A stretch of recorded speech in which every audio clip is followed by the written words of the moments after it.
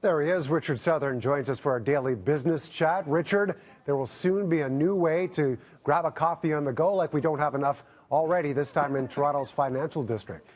You fall over twice and you're at another coffee shop, Mark. Exactly. But the one Starbucks is going to open in the financial district is different than any we've seen because, Mark, you go into this new one that's going to open in Commerce Court and you can't order a coffee.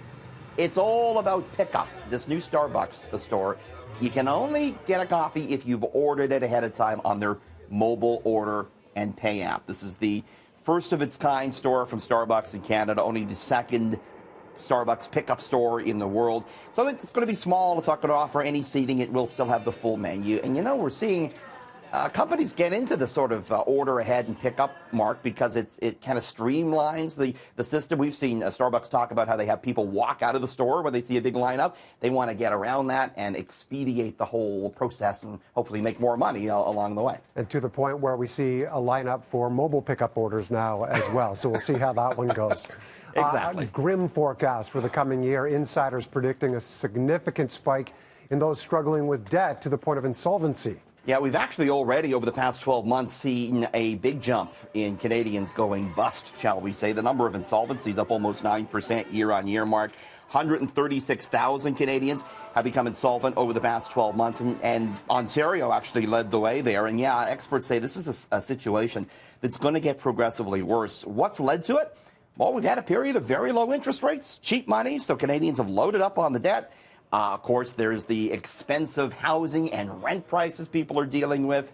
And, you know, wages haven't really risen. And so at the end of the day, people are finding themselves very short and increasingly declaring bankruptcy, Mark. It's a troubling sign. And if there's any shock to the economy, any recession, boy, it could get ugly.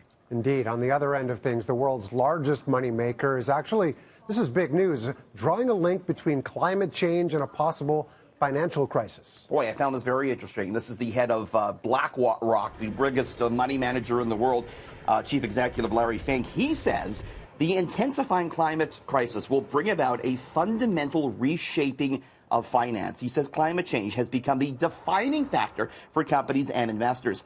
He says it is the top issue clients ask him about.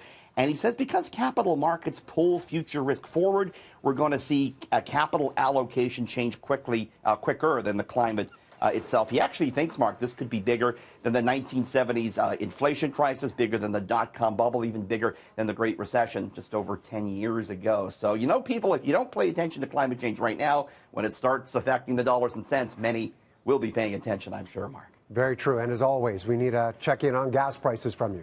No change for gas tonight. And stay tuned. You and I are back just after 6:30. We've identified who the winner of that $70 million Lotto Max is.